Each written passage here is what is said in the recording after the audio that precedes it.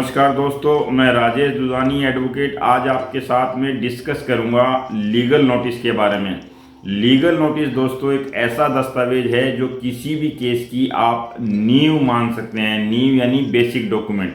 अगर आपने legal notice के अंदर किसी भी तरह की गलती रख दी या कोई लैकुना रख दिया तो उसका खामियाजा आपको अंत तक भुगतना पड़ेगा। इसलिए आप किसी भी लीगल नोटिस को, चाहे वो लीगल नोटिस आप किसी को इशू कर रहे हैं या फिर लीगल नोटिस का आप रिप्लाई कर रहे हैं,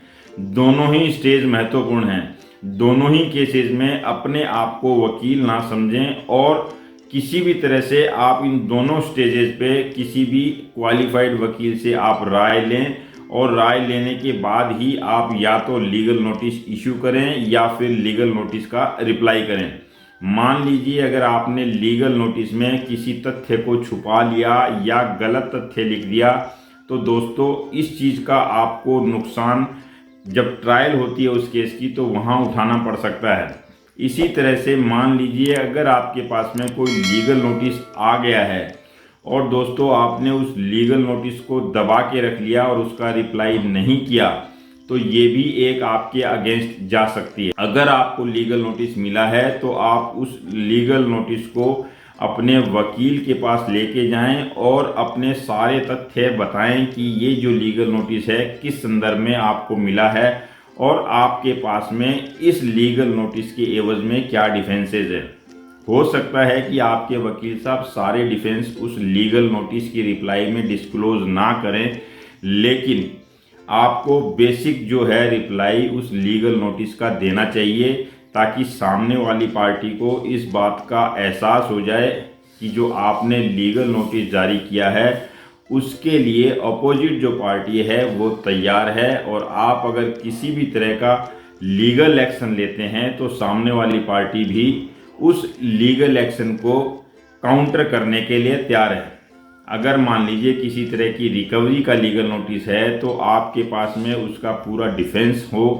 और साथ में अगर मान लीजिए ऐसा लगता है कि उस रिकवरी के अगेंस्ट में आपके ऊपर जो रिकवरी उसने निकाली है वो ना निकल के आपके ही कुछ पैसे निकलते हैं तो दोस्तों उस लीगल नोटिस में ये चीज़ ज़रूर लिखनी चाहिए। और साथ में अगर रिप्लाई के बाद भी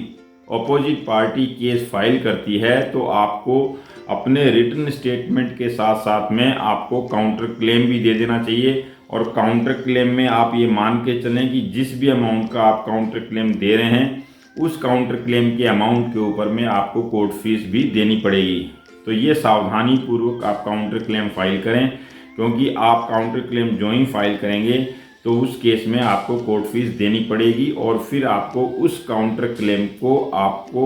उसी तरह से प्रूव करना पड़ेगा जैसे कि प्लेंटिफ ने जो पिटीशन फाइल की है और उसको जो है उसको प्रूफ करना है। तो मान लीजिए अगर कोई ऐसी लीगल नोटिस आपके पास आती है तो आप उस लीगल नोटिस का रिप्लाई ज़रूर करें, लेकिन दोनों ही कंडीशन में, चाहे वो लीगल नोटिस इशू करना हो या फिर लीगल नोटिस का जो है रिप्लाई जारी करना हो, दोनों ही कंडीशन में आप केयरफुली जारी करें ताकि आपको एट दी एंड उसका नुकसान ना उठाना पड़े। तो दोस्तों ये एक लीगल नोटिस के ऊपर में छोटा सा वीडियो, अगर आपको अच्छा लगा हो तो इसे लाइक, शेयर और सब्सक्राइब जरूर करें और साथ में बेल आइकन को प्रेस कर दें ताकि मेरा नया वीडियो आपको सबसे पहले पहुंचे। नमस्कार, धन्यवाद।